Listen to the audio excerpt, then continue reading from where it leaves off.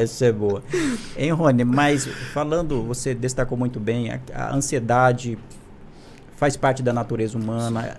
Historicamente, o ser humano sempre precisou lidar com a questão do sofrimento. O grande dilema é que o ser humano contemporâneo, o homem pós-moderno, ele não sabe como lidar com o sofrimento. E mais especialmente, nós temos percebido entre adolescentes e jovens que o problema da ansiedade é algo grave. Naquele livro, I, em que ela apresenta o perfil do adolescente do tempo presente, e esse I é para falar da geração iPhone, mas também para outros indicativos como uma geração insegura. A geração contemporânea, ela nasceu em um contexto em que tinha toda a segurança, nasceu com cinto de segurança, casas mais seguras, ou seja, um ambiente muito mais seguro, coisa que gerações anteriores não tinha, né? Não tinha cinto de segurança, pessoas quebrava lá o pé, ralava andava no mato com onça andava ali. e por aí vai. E essa geração nasceu com esses elementos, com essas ferramentas de segurança, e quando ela está diante de uma situação, ela se sente insegura e gera esse tipo de ansiedade. O que podemos falar para, né, famílias que têm situações dessa natureza, convivendo com adolescentes completamente inseguros e que a ansiedade faz parte da vida dela? Bom, esse é um ponto muito importante. Nós estamos falando aqui de um tema de família. Exato. Extremamente importante, que é esses adolescentes que estão chegando a essa idade, não estão se encontrando em lugar nenhum, e há algum tipo de flexibilidade da própria família em permitir que o adolescente não tenha escolhas difíceis para fazer, não escute não tenha desafios na vida, não possa chorar, não possa se machucar. Por mais insípido que sejam essas pontuações, é isso que forma o caráter e a maturidade de um certo sujeito. Erik Erikson, autor importante do desenvolvimento humano, vai dizer que uma das fases mais importantes do final da adolescência é o que ele vai chamar de maturação. É quando o sujeito parece uma manga. Ele está passando por um processo de maturação. Ele precisa ser amadurecido. E às vezes até à força. Claro, não é forçando o sujeito no sentido de retirar dele sua liberdade, mas é construindo com ele um ambiente em que ele possa sim desenvolver maturidade, fazer escolhas, saber que na vida a gente toma decisões que às vezes nós erramos, precisamos retornar, voltar atrás. Então, o que os estudiosos, na sua grande maioria, vão apontar? Quais os fatores que podem auxiliar nesse desenvolvimento mais maduro dos adolescentes? Bom, primeiro, uma paternidade forte.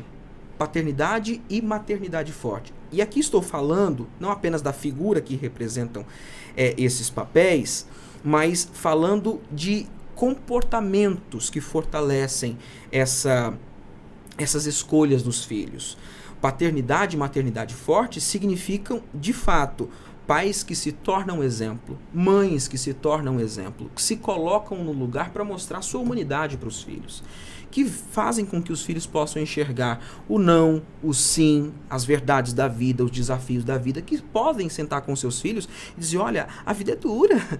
Né? Como dizia Rubem Alves, a vida é dura. Exatamente. Então é importante que nós possamos enxergar, especialmente como pais, tá? Estou falando como pai, enxergar que o mundo não é uma redoma de vidro. Então olhar para os nossos filhos e dar a eles essa condição de crescimento a partir do sofrimento, mostrar inclusive que o sofrimento não é para a derrota sempre. Pelo contrário, é por ele que podemos amadurecer. Mas é aquele problema com relação às gerações. Isso é o resultado também de um contexto cultural, mas também tem a ver com a forma como as gerações se relacionam. A geração anterior, ela não teve acesso a esses mesmos privilégios, aí qual foi a primeira coisa que ela fez? Falou, aquilo que eu não tive, meu filho vai ter. Ainda que não seja assim de maneira aberta, mas, sabe, eu não quero que o meu filho passe pelas mesmas circunstâncias. Eu acho interessante que nesse livro, a Jean Twenge, ela diz o seguinte, ela escreve esse livro a partir de várias pesquisas, que é um livro fantástico, queremos inclusive recomendar a quem está nos acompanhando, e a insegurança é tão clara que ela mostra através de pesquisas que os adolescentes estão com medo até de namorar. Exato. Medo de receber um não. Medo, inclusive, de saírem à noite. A quantidade de jovens, a quantidade de namoros reduziu pela pesquisa que ela apresenta. A quantidade de jovens que preferem ficar em casa, no computador, no celular, em redes sociais, do que se expor no mundo contemporâneo. Então, de fato, é um mundo diferente, em que é um tema eminentemente familiar. De fato, eu acho que você foi muito feliz ao tocar nesse ponto e chamar a atenção para o aspecto familiar. A família é vital para dar os indicativos, proteger na medida adequada, mas deixar também que o sofrimento faça parte daquela vida na medida adequada, para ele saber tomar decisões e arcar com as consequências. Dar sentido ao sofrimento, né? Sentido, mostrar que existe um propósito, né? Tem um livro, né, que é Adão e Eva depois da pílula.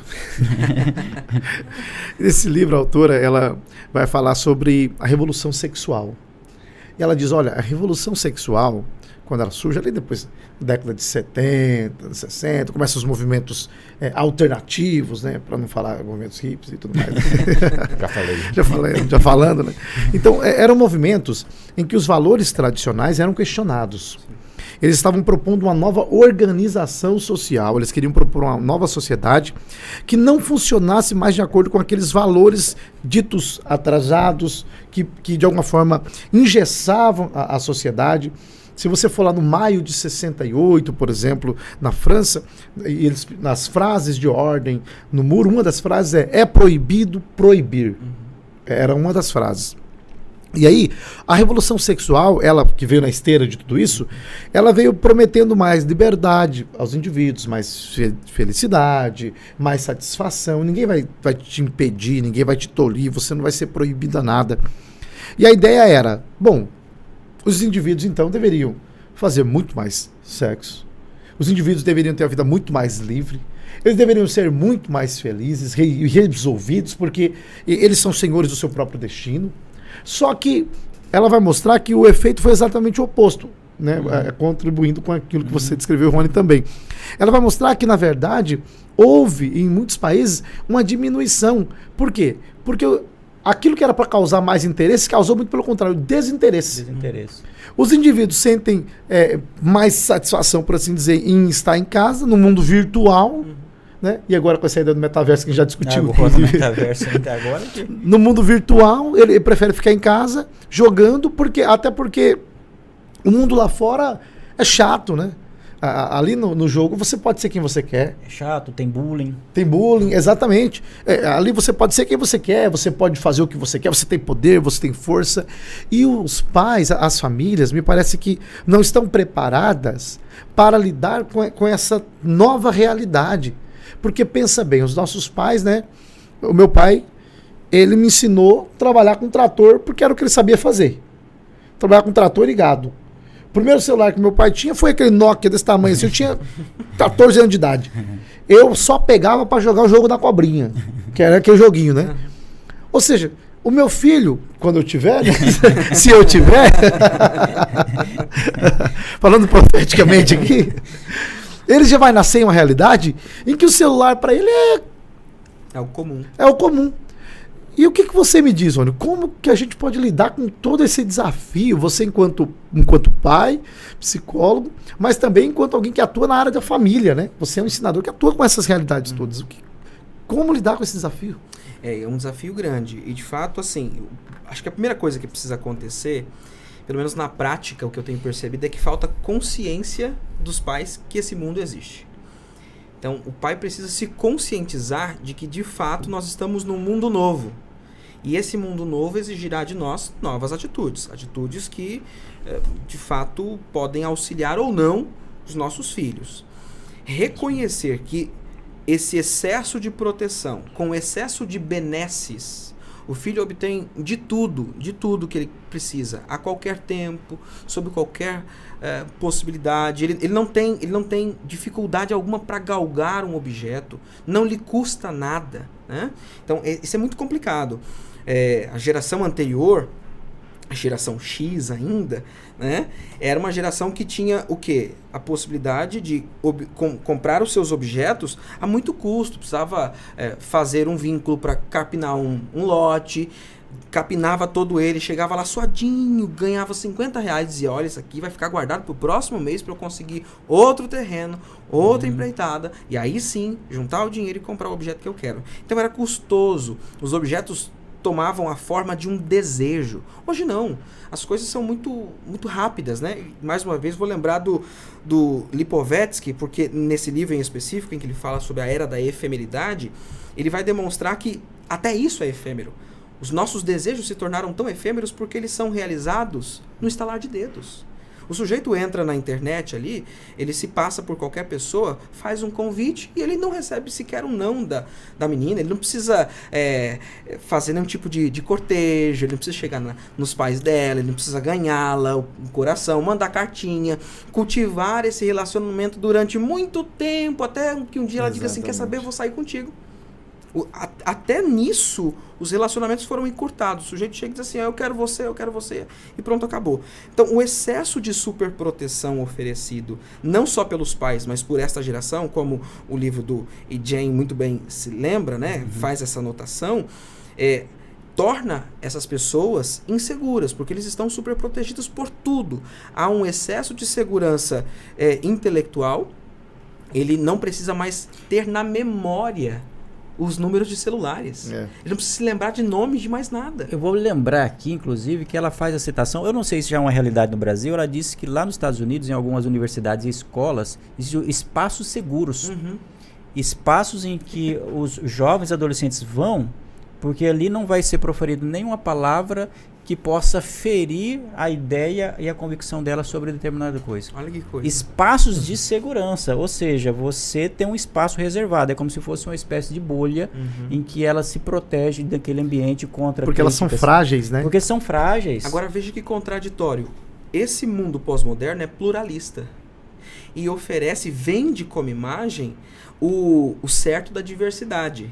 Eles, né? Sim. Todos os autores possíveis aí da pós-modernidade, inclusive para citar especificamente, nominalmente, o Eagleton, que vai dizer que esse mundo pós-moderno é marcado pela diversidade das ideias. Mas isso, na prática, não é tão verdadeiro assim.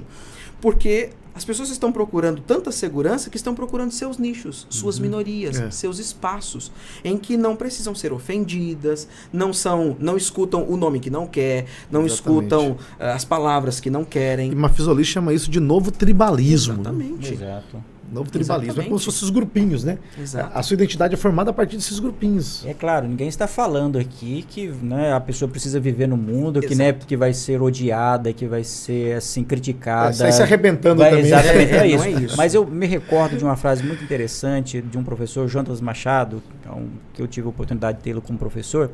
Ele dizia o seguinte, olha, o direito à liberdade religiosa, a liberdade de expressão, ela é fundamental.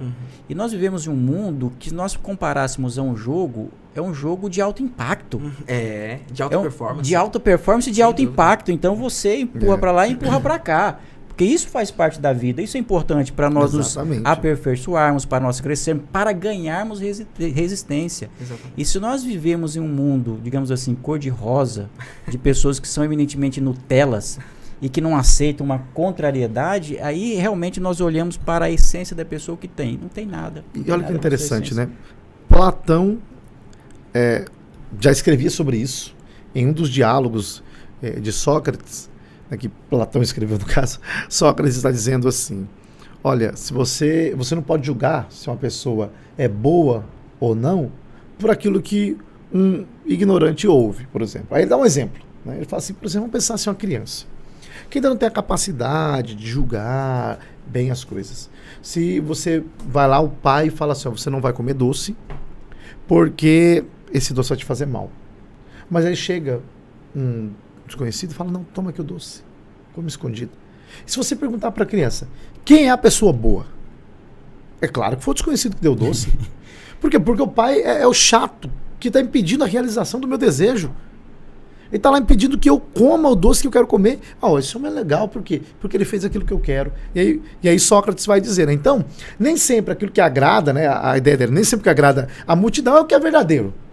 E hoje em dia, as pessoas elas querem o quê? O que agrade elas.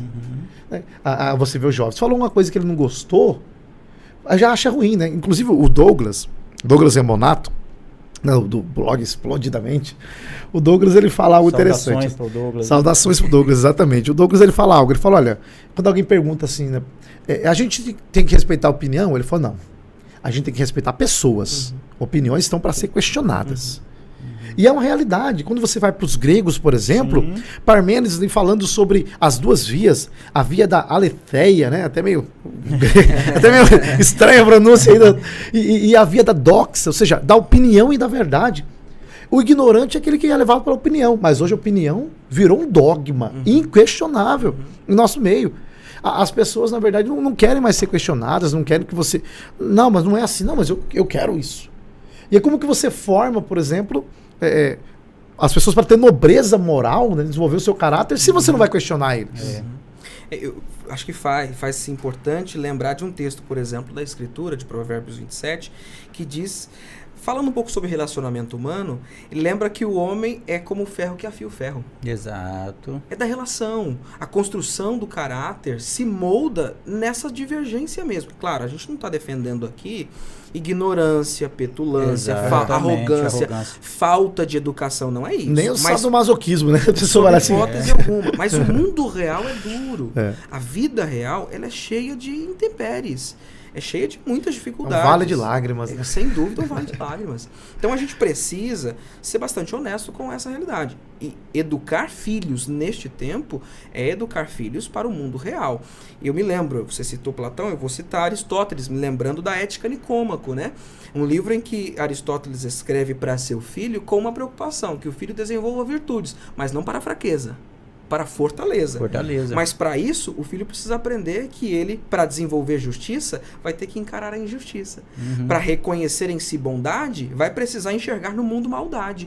Ele precisa desenvolver, a despeito das circunstâncias que estão no seu entorno, boas virtudes. O caráter do sujeito vai ser desenvolvido com qualidade a partir disso.